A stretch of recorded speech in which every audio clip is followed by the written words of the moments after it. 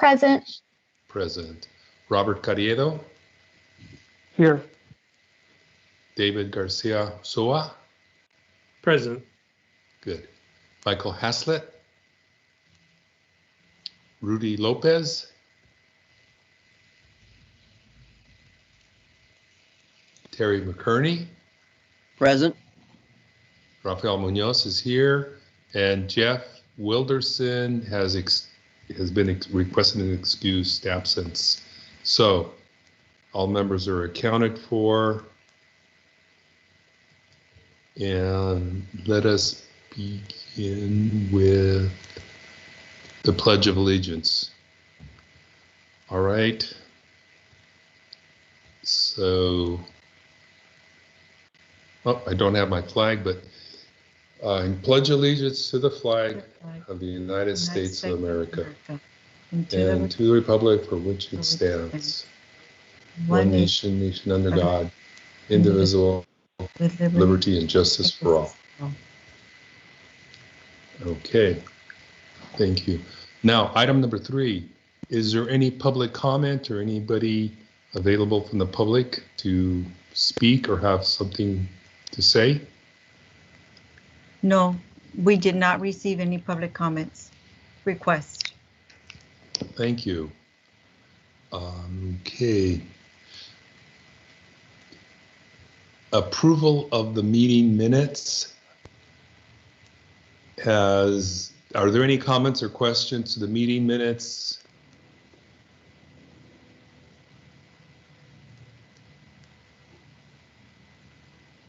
Hearing no other comments or questions, please note and file the meeting minutes. Now, Yolanda, could I ask the agenda be made just a little larger? Please? Much better, much better. Okay, we're on to item number 5, CBOC Policy and Procedures Review.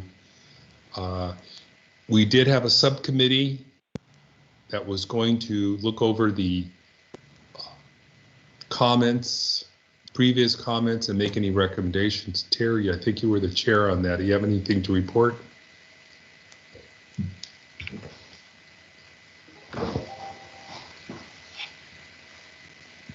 Mr. McCarney, we can't hear you, and Claudia Barca was the chair. Oh, I'm sorry. I'm sorry, but is Claudia here?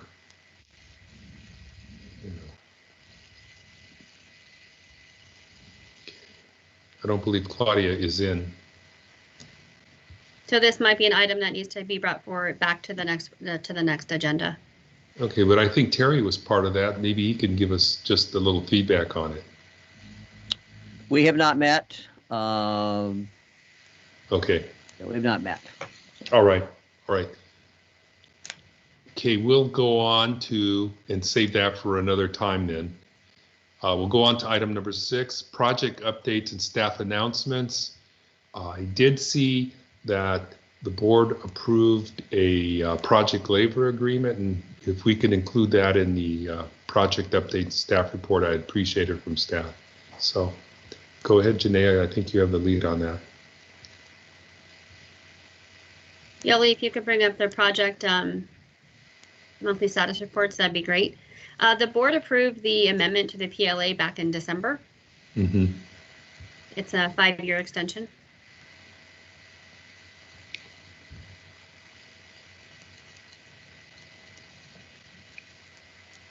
Okay, no other comments on that then? No, we are bringing on a program called LCP Tracker, so we can basically collect data to report on the PLA. We're in the process of getting training and setting up that database. So other than that, no. Okay, thank you. Okay, if you could please continue on that. Yeah, Yoli, can you the file you have on the right where it has your make that go away for a second. Thank you. Okay, so the first project is the Bonita Vista High School track and field. This project is coming out of DSA in the next couple of weeks with the stamped approved plans. When we scroll down, It's okay. Yeah, there we go. You can see some of the renderings for what the facility will look like. The left one is its current condition, and the center and right are future visions of what the facility will look like. We are anticipated to start the bidding process for that in mid-June. Next one, you can scroll down to the next one. What do we have? This is the Chula Vista High School elevator. This project is complete. We are in closeout. We acquired the elevator inspector signed off about 3 weeks ago on the project, and they're just in final payments, retention, getting everything submitted through DSA, so we can close the project out. And then most likely when we take the CIP forward in May, I think that'll be the next one we bring forward for removal of projects, that this project will come off of the CIP in May. So we now have access to the second floor of the 100 building in Chula Vista, which is great. Next project. Hilltop High Track and Field, for all intents and purposes, is completed. We do have a small project that's on the street right now for about $300,000. Oh, actually, the estimated work's about $250,000, and that is so we can go back in and do essentially remediation and drainage. Being addressed right now and anticipated to take about 8 weeks, so we should be complete with that and have the field turned back over to students 100%. Moving into this next school year. So, next project. Hilltop High Middle School is officially on the street. It's been a long time coming. I think this project has been a live project since before I even came to the district, and I've been here for almost 6 years. So this is a modernization, ultimately a modernization of one classroom building, and it's for 6 classrooms for science. This is the project we've talked about extensively before, with that had foundational issues and things like that. And so we've done lots of due diligence to get prepared for that. So this project received a well-known and long-standing influx of money, as it was always underfunded from the original design. And so that was on the CIP and approved by the board on the 8th. And this project is currently on the street, and we're looking to bring that to, I think it's the May 10th board for award, so we can start construction. A clarification on that. You say an influx of money. That's an influx of bond money, or is that separate funds from? Bond money. Oh, but really, but it's bond money, right? Yeah. Yep. Okay, next project.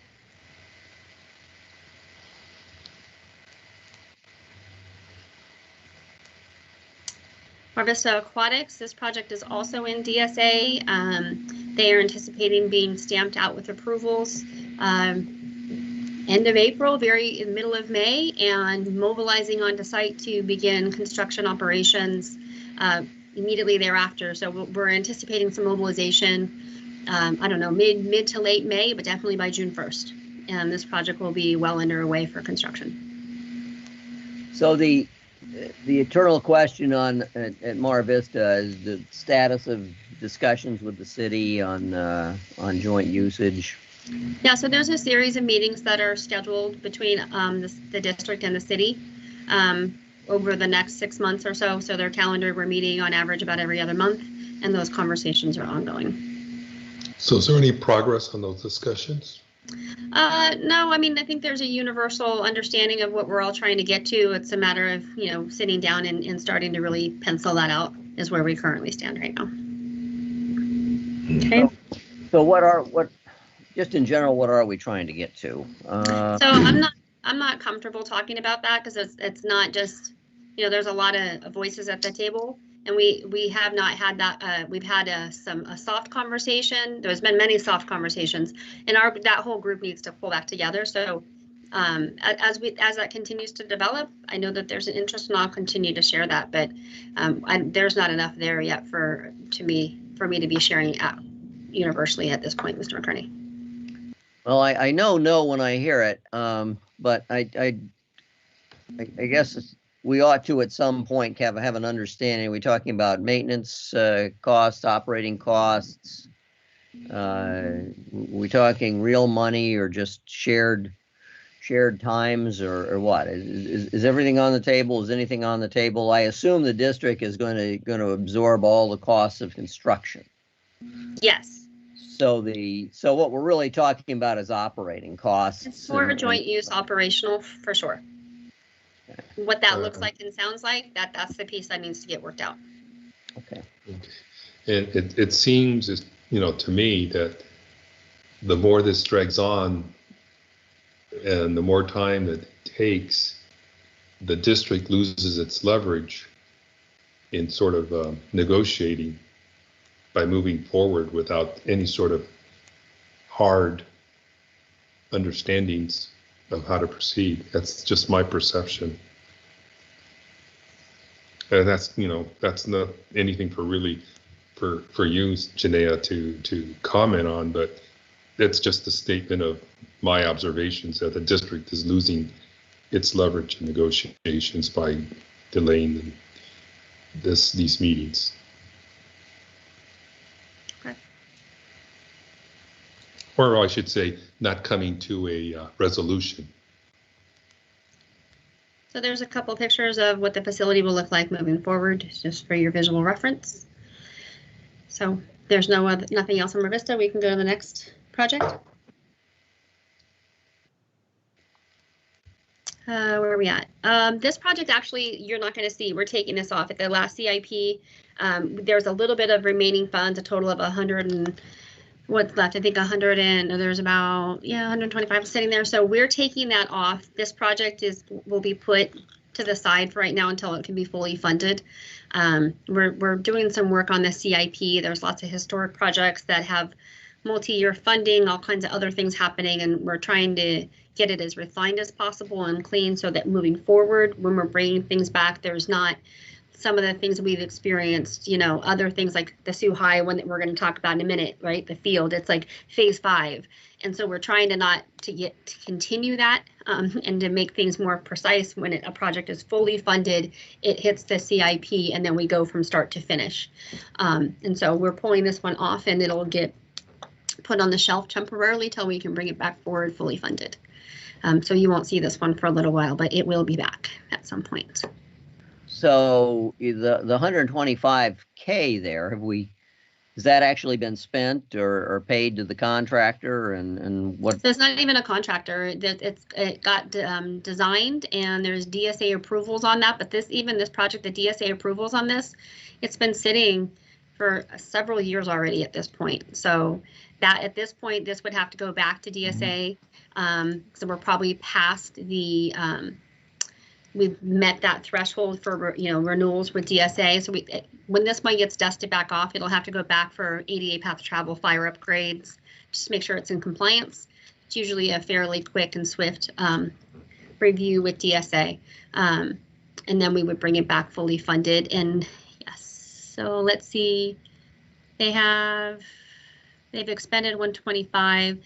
So it looks like there's maybe like 3 something sitting on here, 375 that's unexpensed that we would be turning back. So the 125 are essentially the architect fees. Yeah. And correct. Soft costs. Yeah. Yep. Okay. Next project. This is the Sioux High fencing project. This project's been done for quite some time. We finally got this one closed on the CIP with the board on the 8th. So this is the last time you'll see this one come through as well. Everything's been paid in full. It's ready for us to close in its entirety.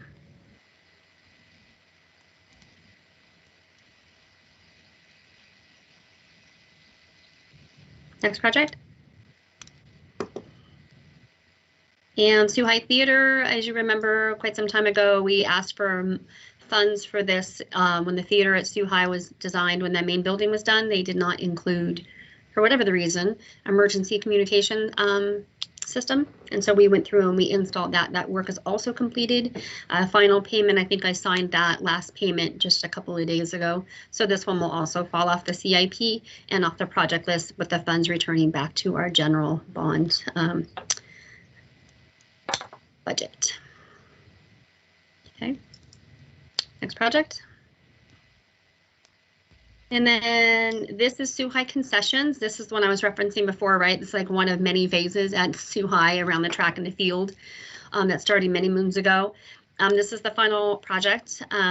We are currently dusting this one off, getting organized with the architect, and probably looking at a late summer, early fall for this one to go to the market, to go out to bid, so we can do this work over the course of the fall into the winter time and and then close this project as well. So it's been done, ready to go to street for quite some time.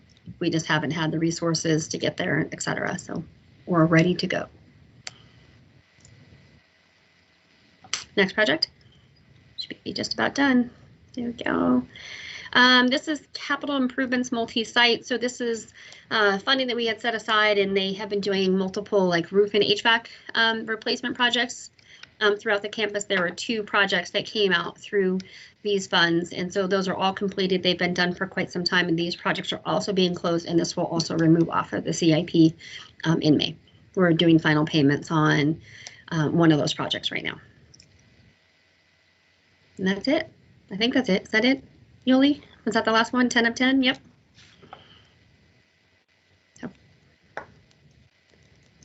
So if I could, back to BVH, this is track and field. Mm-hmm. You know, obviously the talk for years has been a stadium. Is that not included in this, or is this embedded in It's that? a track and field. There is a restroom concession. There are up to capacity of 2,000 and lights. But football will still be played over at the college? Not necessarily, no. I mean, they would be able to, they only have like 5 home games a year, so they certainly could have their home football games at home, for sure. For special big events or something like that, there could be the potential for them to go across the street, but their bleacher capacity will get up to, it's designed in 2 ways. It's designed for an initial, I think, 1,300, and then we designed it so that it could be added if the funding was trending in the right direction for us to go for the full maximum that it was designed to, and that includes the restroom fixtures, et cetera. And I think at this time it's looking like we're going to be able to accomplish that.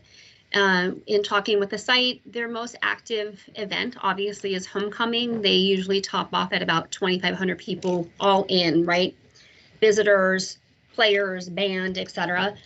We could not get to that size of bleachers and stay within some of the other thresholds that we were trying to accomplish in terms of the facility.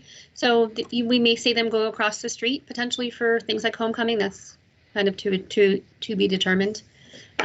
If they so choose to, that will be something that the site would have to pursue. So, yes. Mr. On the last item, is there any money, is there any air conditioning, air filtration upgrades planned for the facilities to meet the newer, more stringent? Yeah. Well, you know, as you remember, like, what, 2.5, almost 3 years ago, not even 3 years ago, we completed the district-wide HVAC project, which actually that's a good highlight. We installed 260 units throughout the district into facilities that did not have any kind of mechanical systems. And then like the ones that you saw right here, these capital improvements, what they usually will go in and do is like 3 to 4 buildings at a time. They'll go in and replace their roofing and the mechanical units all at one time. And this is something that maintenance is continuing to pursue. And then we also, as part of bonds, as bond funds become available to us, we're pulling off a portion of that so we can help support that effort as well via the approved bond dollars to do that same thing. I will say something that's important, this kind of triggered that, so thank you. I don't know that I shared last month. If for the HVAC project, I think the total value of it was $37 million or something like that. And we did all of our state funding applications, and the district just received $15 million back in state match funds for the HVAC project, which is awesome because that's money that we will start to be able to lay a foundation for putting back into capital, into facilities. So more to come on that. That's a pretty good return on our investments, right? We got 15 million back out of 37, so and we'll continue to do that as we do projects. We'll pursue funding on stuff. Good. So. Well, that's all good, except that the normal air conditioning filtration filters, currently, there's a higher standard requirement for those filters and the need to change them more frequently. That's specifically what I was asking about, if there's any plans or any intentions to start changing the filters to the higher level quality filters and more often, so that most of our units take MERV 8 filters. Maintenance has those. They're replaced on a regular rotation, for which they should for maintenance. Right. We are not upgrading beyond whatever the current unit requires and calls for. We have been installing ionizers throughout the district to help clean the air, and they're associated to the mechanical unit, so that's out there as well. But no, we're not doing like a MERV 13 or anything like that. They're actually cause a significant amount of stress to our mechanical units and kind of create other issues for us in a different direction. And so we're mindful of that. And it's a delicate balance that we're walking through right now, and we're aware of that, and we're doing the absolute best we can and being really diligent in terms of providing the freshest air quality that we can, considering the circumstances that we're currently in. Good. So then you are aware of it, or do you know what's necessary then? We do, sir. We've had an incredible amount of conversation on this topic. Good. Yep. I just wanted to make sure you did. Yep. Great. Okay. Well, I hate to keep going back like a doddering old fool, which I am anyways, but back to the Bonita Vista High issue. Maybe I missed the whole point years ago, but I thought the expectation was that we were going to be building something like a stadium, or we're going to be building a stadium so that we'd be able to do the home games there and free of the community college and such. And I understand what you're saying, so I'm not saying that. And I realize this is also a lot of history before you came. Mm-hmm. But I think there's an expectation there that certainly doesn't seem to be what I was expecting. And I think the larger question is not what I'm expecting, but what does the community expect? And I guess I'm not. What's the question? So the question is: are we building a football field that we can play home football games at? I understand what you said before, but what I read here and what this is advertised as is basically a track and field facility, not a football facility. So we never build football fields. We build multi-purpose facilities for student athletes. So every sport can utilize the facility in addition to band. So it will support soccer, it will support lacrosse, field hockey, track and field, football, anything that's out there, that's what we build for. And so it's a Title IX issue. We would never build just solely for one sport. It is absolutely a facility that will be able to host home games for just about every event, with the exception to the potential that if they wanted to go to a bigger venue to support their homecoming. And quite frankly, the current conversations with the administration is all of that will happen in-house. So to me, there's zero question about the fact that this facility is not going to be able to support that campus and their needs for all of their sporting facilities and activities. Okay. There's restrooms, concessions, there's bleachers, there's sound systems, there's lights, and there's track and field. Okay, I note that. I understand what you're telling me. Again, maybe my misperception. I hope it's meeting the expectations of the community, because there was a lot of interest in the community when we were looking at this over the years. So. I know that there is a lot of excitement at the school site about what they're seeing from an imaging standpoint, that what the pictures you see right here are going to be the street representation of what that facility is going to look like. And the way that it's going to start to welcome you into that campus. So, and there's an incredible amount of support from the school site, and there's a lot of excitement around it as well. Thank you. Anything else Sure. on projects? Yes, this is Robert Corriedo. I might have missed it, or it happened months past. I remember there was a problem with the turf at Sweetwater High School that Yes. was being replaced and paid for by the brand new owner of the company or whatever. Has that been accomplished? It has. It's done. It actually is completed. It's been done. That work has been done, Mr. Carriedo, since late August, September. I think we took forever to get their final payment to them, but we got there. But the work's been done. And thankfully, with students returning to fields, they'll actually be out there. I'm sure they've been using it for this last couple of weeks, which has been great because with COVID, they never really got the opportunity for all that to happen too much before we were moving homeward. But that work's been done for quite some time. And so the district was really not responsible or did not have to make payments towards that repair. Is that correct? We had to do a small amount of payment, like a little over 200,000, and it was really for the labor side of the work that needed to be completed because of the nature of how that field was installed. It was the company who ultimately did the work was AstroTurf, and AstroTurf had procured multiple other companies, and 2 tiers down from their procurement was a company that did the original installation. And the way that it worked when AstroTurf bought those various companies out, they also, they didn't necessarily need to, but they did. They honored what the warranty on the field should have been. And so they replaced it in like-kind material. There's not an extension on the field material itself because it was still under warranty. It was at a 6-month mark or a 6-year mark, and that field was literally deteriorating. And so now it's an AstroTurf product, and we did have to work out an agreement because we didn't have they cover the cost of the warranty, the material. We had to take care of the cost because it wasn't with them originally for the labor for the installation. Okay, thank you. Yep. Any other project questions? Doesn't appear Not, to be. then Any. it's back to you, Mr. Munoz. Okay, where are we on the agenda? Please.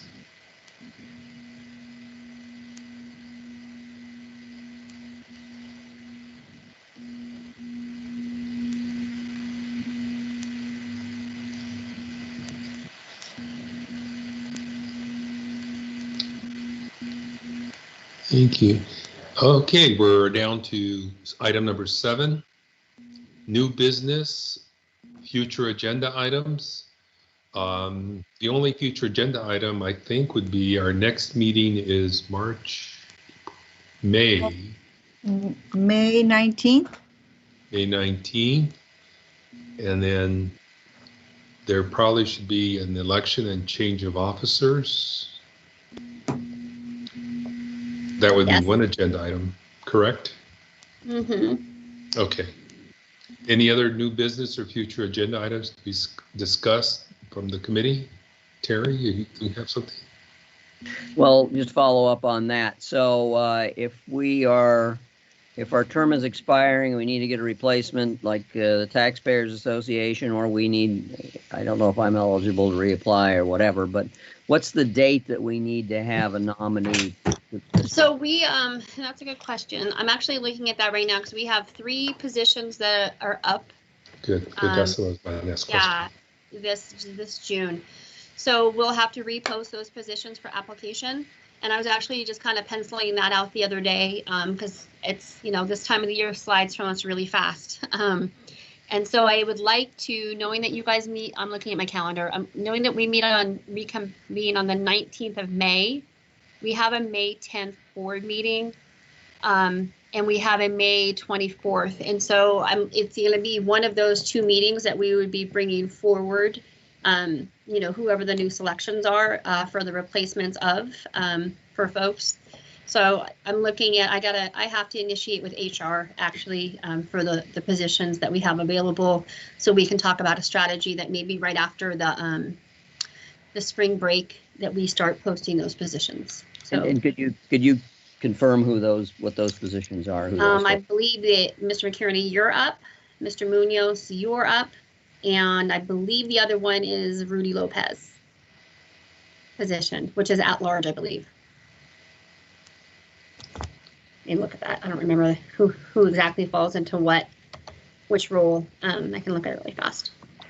And for Rudy's position, he would have to reapply or he could be Everybody reappointed. has to reapply. You know, you all have to Yeah. reapply. And I think Terry and I have termed out. I think you have termed out. So that's the one thing that I need to take a look at. And I don't know, obviously Rudy hasn't termed out. No, that's why I'm saying he had to reapply. Yeah. So he has to reapply, and then we'll have to put out for the other positions as well. So that is on my radar, so thank you for bringing that up. So we don't have a gap. Yeah. Okay. Is it okay if we add the CBOC policy and procedures review to the next agenda as well? Since we certainly- didn't cover it. Okay. Yeah. Thank you. Good, thank you, Estelle. Okay, so there we go. Any other questions? Before we break. So, this is Robert. Ralph, Yes, this is your third term? No, this is my second term with 8 years. 8-year, 2 4-year terms, I think. No, they're 3-year terms. 3-year terms, okay, so then it's my 6th year. So I don't think you've termed out. I thought there was the ability to have 3 terms. Yeah, Oh, really? This is my third term. Yeah, there was a change in language. Let's take a look. Hold on. Okay, well, if I haven't termed out.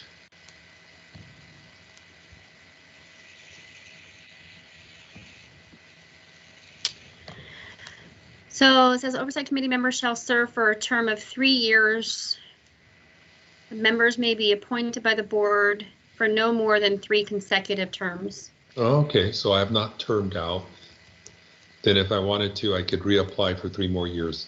Is that correct, Janelle? Yeah, if you're on your second term, yes. Okay, So, but Terry, I think you've termed out, correct? This is it for Yeah, me. Terry's the one that's termed out, and I think you and Rudy have not termed out. okay. Thank you Yeah. for the clarification, Robert. I thought I had termed out. Okay. All right, So other And- items, Mr. Chair? I have no other items. Do you have something, Terry?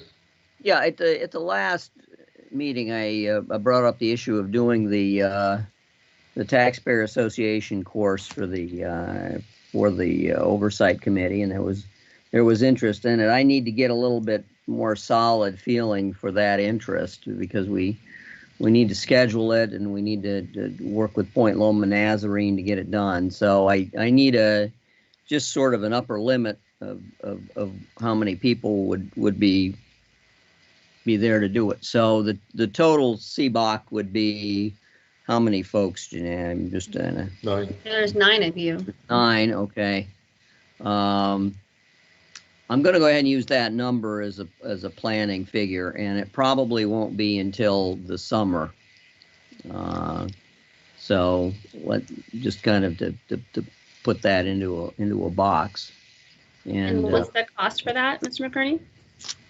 I know you were going to ask me, and I don't really Well, know. you can let us know. I mean, I think you were going to check on that. So just let us know, and I would think that they would probably have a per person. I'd be curious to know if they do it as a per person or as a committee in terms of the cost. Well, Yeah, we should, and I should have nailed down the price on it. Just plain forgot. I will point out that it is a legitimate expenditure of bond funds for education. Well, Terry, can I ask that once you get definite information on the cost, location, that this information be sent out through staff to all the committee members for their participation, and then have them respond back with positive or negative, and then that way the district can make a commitment to you who can and who cannot participate, date, time, money, and everything. Is there a sense among us, and it, Rudy can talk to it in detail. I have not taken this version of the course, but just watching it, being my wife and Rudy participate in it. It's about a 3-week experience. You have a weekly assignment and you have a weekly lecture, at least one, and sort of a capstone project. So it's about a 3-week gap. So what I'd like to know, if I can just get a general sense here, is June, July, somewhere in there, be a reasonable time to it. It's done online. It's done virtually, so you don't have to go anywhere to do it. Well, it's something probably all the committee members should try to attend, unless they have other commitments. But I know I definitely would attend or try to. Well, maybe gathering the information, getting pamphlets, getting the cost, sending that out. Just referring so they can see it. Yeah, so everybody can see what it is, and then they have a well-informed decision, and they can provide the feedback of their level of interest. Okay. And then, Janaea, can I ask that when you do your research, you're definitely going to have to put an announcement together for the positions, even if we have to reapply. Correct. So when you get some information, can we get notified for the positions? So I basically am going to notify HR that we need to post the positions, and then they run the entire process. So I'll let you know when that's started. I'll let you know when the advertisements go out. Please, obviously, thank you. We'll send out. Yoli will send out like a a little informational bulletin to all of you, and then we'll go from there. Great. Yep. Thank you. Absolutely. Are there any other new business items for discussion? Future agenda items?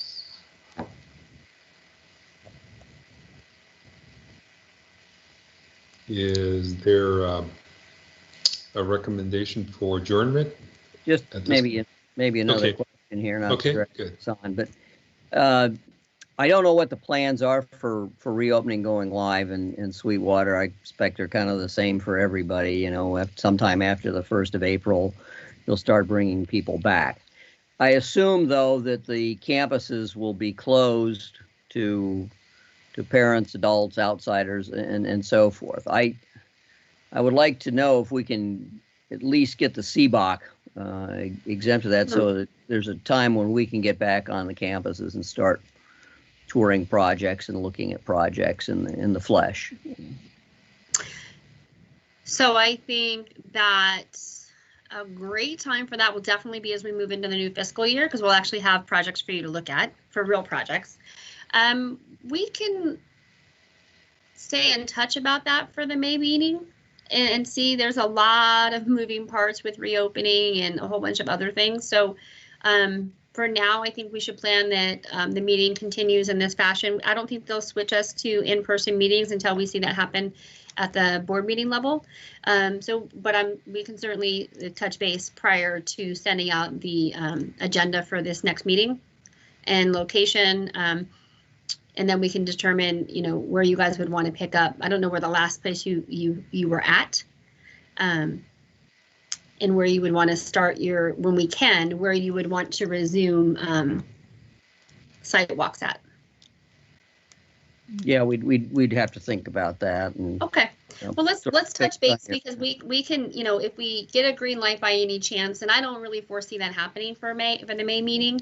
I think that's probably much more moving into the next calendar year. But if by chance we do, then we can send out an inquiry on where the interest is. And my recommendation would be that we maybe go to one of the locations where we're either starting or have started any construction. So, yeah. Okay.